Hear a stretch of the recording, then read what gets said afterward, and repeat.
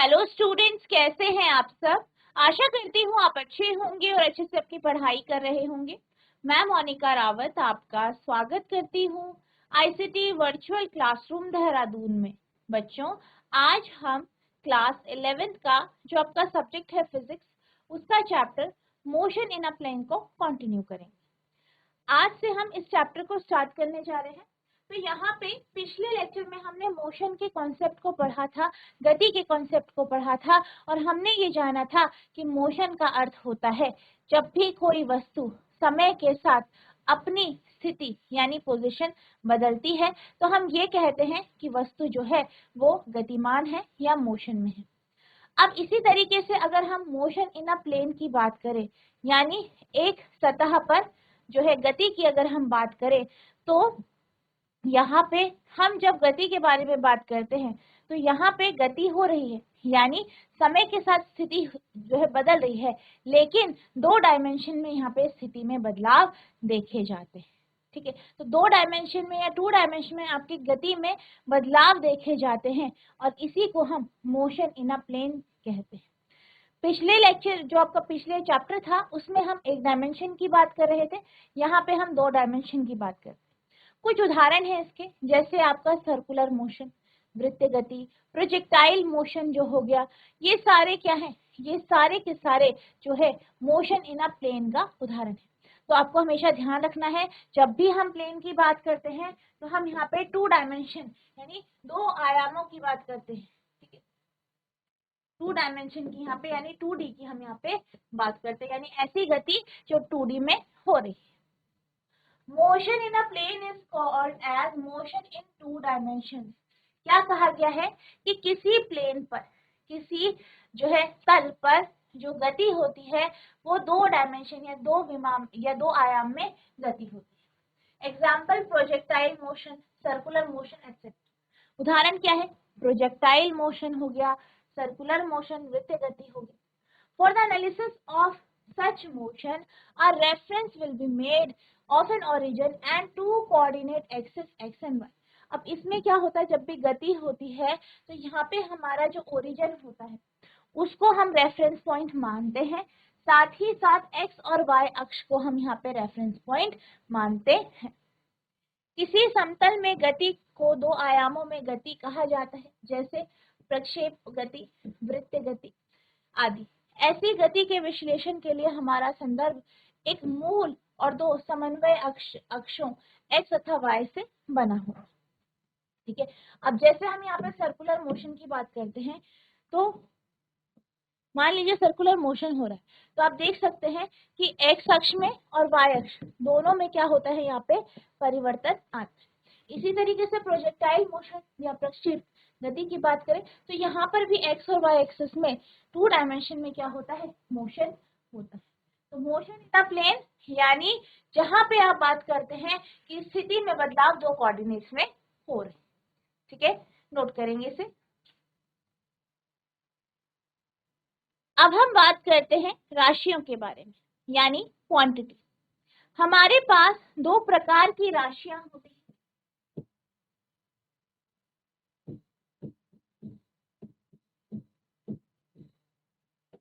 दो प्रकार की राशियां हमारे पास होती हैं, एक है सदिश राशि और एक है अदिश राशि। तो हमारे पास 2 प्रकार की राशियां होती हैं, सदिश और अदिश राशि। अब हम बात करेंगे कि जब हम राशि की बात करते हैं तो हमारे पास ये जो 2 राशियां हैं वो किस तरीके से एक दूसरे से अलग होती है। जैसे कि आप जानते हैं कि जब हम फिजिकल क्वांटिटीज की बात करते हैं, भौतिक राशियों की बात करते हैं, तो हमारे पास अनेकों राशियां हैं, जैसे समय हो गया, द्रव्यमान हो गया, गति हो गया, चाल हो गया, वेग हो गया। तो ये सारी क्या है, राशियां। यहाँ पे हमारे पास 2 प्रकार की राशियां हैं। पहले हम बात करेंगे अदिश राशियों की। ठीक है, तो अदिश राशि, इसके कुछ उदाहरण हैं, जैसे लंबाई, दूरी, द्रव्यमान जो है, आपका जो घनत्व है, कार्य है, चाल है, ये सारी क्या है, अदिश राशि। अब अदिश राशियां क्या होती है ये हम समझते हैं। हर एक जो राशि होती है उसके हम यहाँ पे दो पैरामीटर्स की बात, ठीक है, दो पैरामीटर होते हैं। कौन कौन से मानक होते हैं? एक है परिमाण,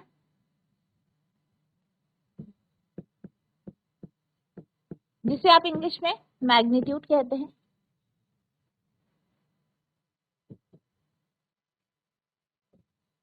और दूसरा है दिशा, ठीक, जिसे आप क्या कहते हैं? डायरेक्शन।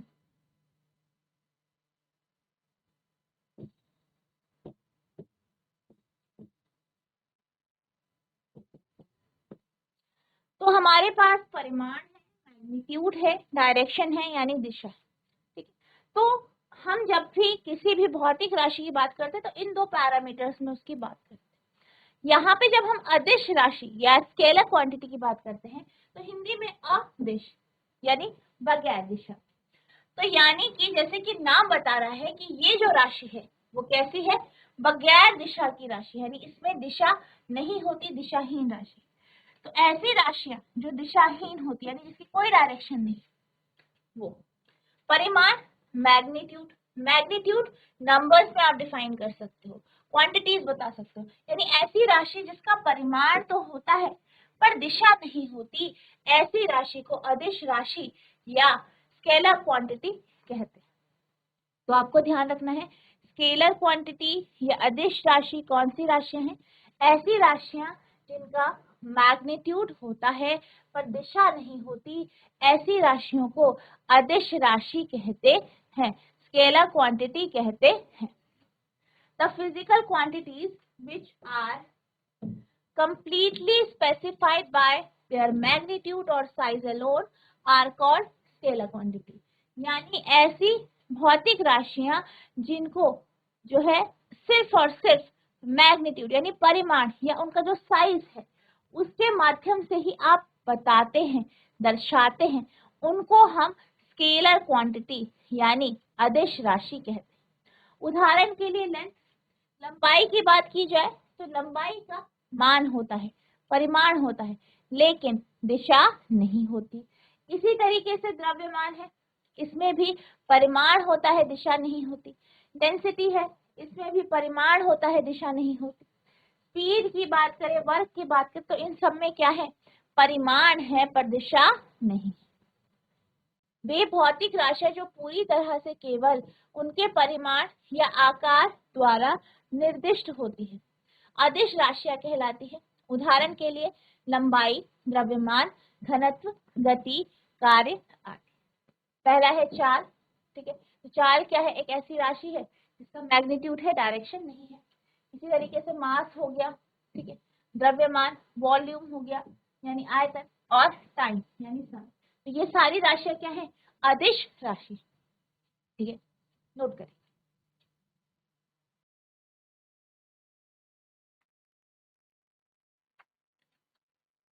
अब हम अगली प्रकार की राशि की बात करते हैं जो है आपका वेक्टर क्वांटिटी यानी सदिश राशि। अब जैसे कि हमने बात करी कि हम राशियों में मैग्नीट्यूड और डायरेक्शन यानी परिमाण और दिशा, ये जो दो पैरामीटर हैं इनके बेस में ही हम इसे जो है व्यक्त करते हैं। परिमाण यानी जो मैग्नीट्यूड होता है और डायरेक्शन, ठीक, मैग्नीट्यूड और direction.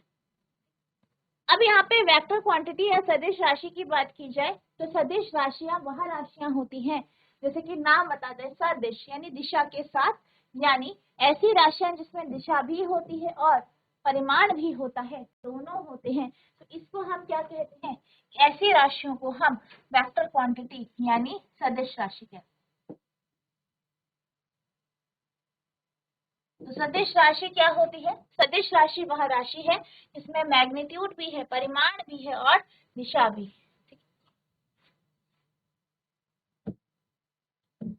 Vector quantities are those physical quantities which are characterized by both magnitude and direction।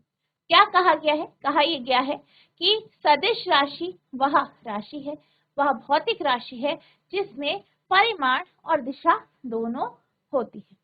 Examples: velocity, displacement, acceleration, force, momentum, torque. और इसके कुछ उदाहरण हैं जैसे वेग, ठीक है, विस्थापन, त्वरण, बल, संवेग और आपका टॉर्क। सदिश राशियां वे भौतिक राशियां हैं जिनका की विशेषता परिमाण और दिशा दोनों होती है। उदाहरण के लिए वेग, विस्थापन, त्वरण, बल, संवेग, टॉर्क। तो ये सारी क्या है आपकी, ये सारी की सारी सदिश राशि है, ऐसी राशि जिसमें परिमाण भी है, मैग्नीट्यूड भी है और डायरेक्शन यानी दिशा दोनों, ठीक है। टेम्परेचर चेंज, वेलोसिटी, वेट और थ्रस्ट, ठीक है। तो ये सारी आपकी वेक्टर क्वांटिटीज यानी सदिश राशियां हैं, इसे नोट करेंगे।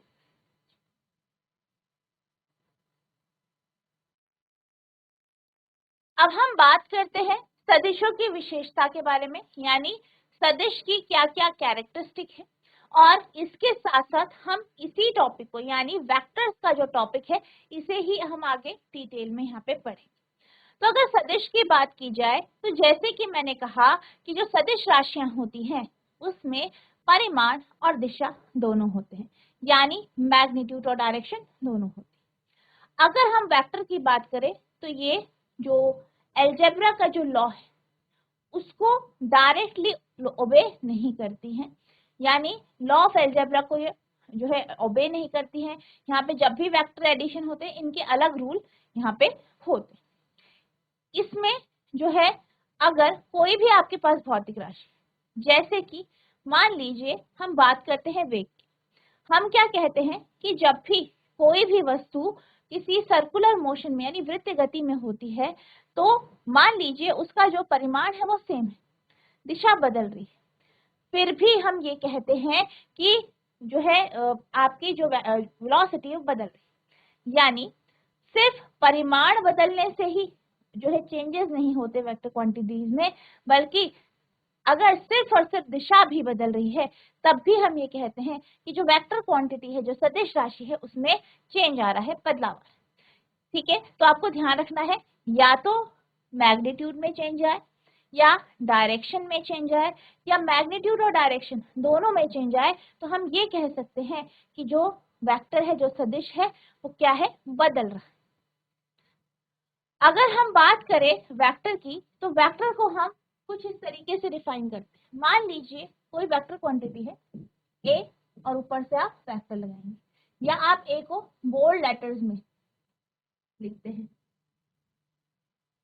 ठीक है। तो ये आपका क्या हो गया, सदिश राशि को दर्शाने का तरीका। Following are the characteristics of vector, निम्नलिखित सदिशों की विशेषताएं हैं या सदिश की विशेषताएं निम्नलिखित हैं।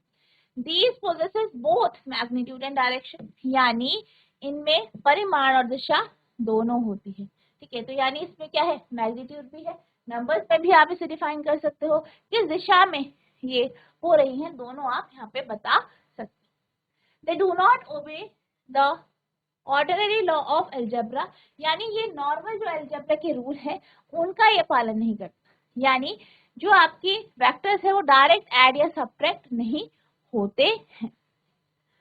These change if either magnitude और डायरेक्शन, और यानी अगर इसमें बदलाव होते हैं, यानी जब भी सदिशों में बदलाव होते हैं या तो परिमाण में बदलाव आता है या दिशा में बदलाव आता है या दोनों में ही बदलाव आता है। These are represented by bold spaced letters or letters having an arrow over them. जब भी हम सदिशों को दर्शाते हैं या तो हम इसे बोल्ड लेटर्स के माध्यम से दर्शाते हैं या फिर लेटर के ऊपर एरो के माध्यम से दर्शाते हैं। इनमें परिमाण और दिशा दोनों होती है। ये बीजगणितीय के सामान्य नियमों का पालन नहीं करते हैं। यदि परिमाण या दिशा दोनों बदले तो ये बदल जाती है। इन्हें मोटे अक्षर उन पर तीर वाले अक्षरों द्वारा दर्शाया जाता है। तो ये क्या है, ये सदिशों की विशेषता या कैरेक्टरिस्टिक्स, ठीक है, आप इसे नोट करेंगे।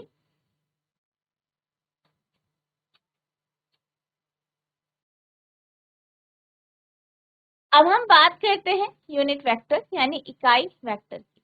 अब हम यहाँ पे वेक्टर के जो अलग अलग प्रकार हैं, जो भी आपके सदिश के अलग अलग प्रकार हैं, उन्हें हम डिस्कस करेंगे, जिसमें हम सबसे पहले यूनिट वेक्टर यानी इकाई वेक्टर की बात करते हैं। इकाई वेक्टर की बात की जाए तो ऐसे वेक्टर जिनका मैग्नीट्यूड यूनिटी यानी 1 होता है, ठीक है, यानी 1 होता है, ऐसे वेक्टर्स को हम क्या कहते हैं, इकाई वेक्टर या यूनिट वेक्टर कहते हैं।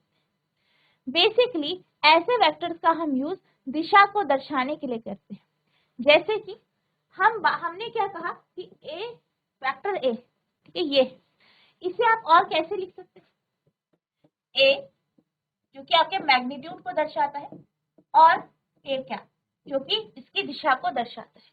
तो यहाँ पे जो ए कैप है यही आपका यूनिट वेक्टर है। इसका अर्थ यह है कि इसका जो मैग्नीट्यूड है, जो इसका परिमाण है, वो क्या है, 1 है, ठीक है, इसका परिमाण क्या होता है, 1 है, और ये बेसिकली किसी भी वेक्टर की दिशा को ही दर्शाता है, ठीक है, तो इस बात का आपको ध्यान रखना, ठीक। A unit vector is a vector of unit magnitude and point in a particular direction।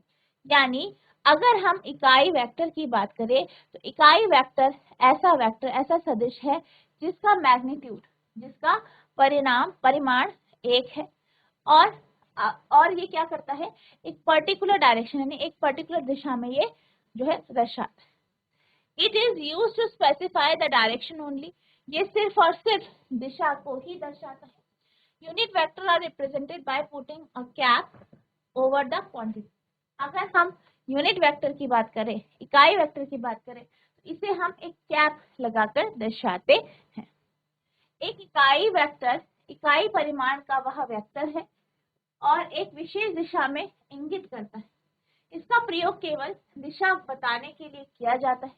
इकाई वेक्टर को मात्रा के ऊपर एक टोपी या कैप लगाकर दर्शाया जाता है। तो ये आपके इकाई वेक्टर का कॉन्सेप्ट है, नोट करें।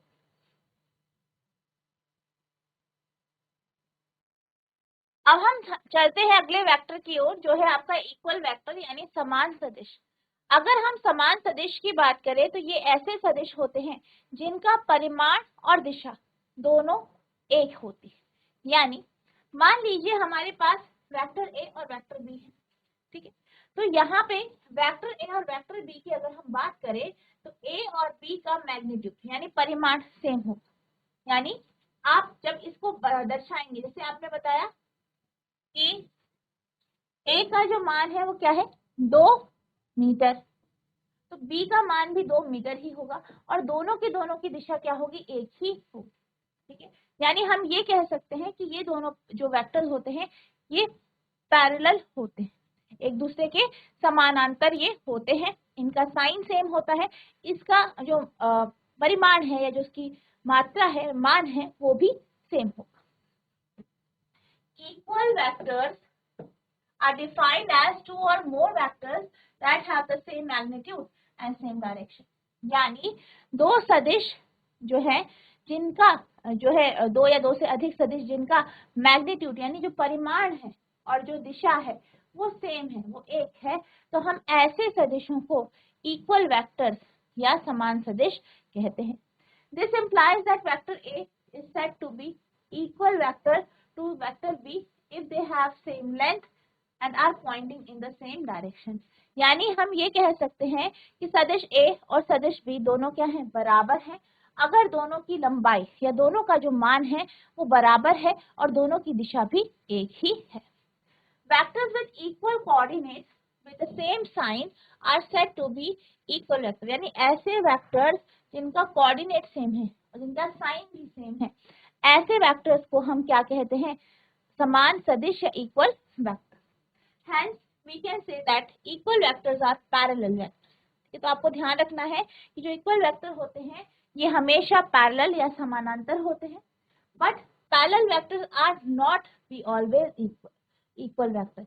लेकिन ये भी ध्यान रखना है कि जो पैरेलल वेक्टर्स हैं, जो समानांतर सदिश हैं, वो जरूरी नहीं है कि हमेशा बराबर हो, यानी समान सदिश हो। समान सदिशों को 2 या 2 से अधिक सदिशों के रूप में परिभाषित किया जाता है। जिनका परिमाण और दिशा समान होती है। इसका तात्पर्य यह है कि वेक्टर ए को वेक्टर बी के बराबर वेक्टर कहा जाता है यदि उनकी लंबाई समान है और वे एक ही दिशा में इंगित कर रहे हैं।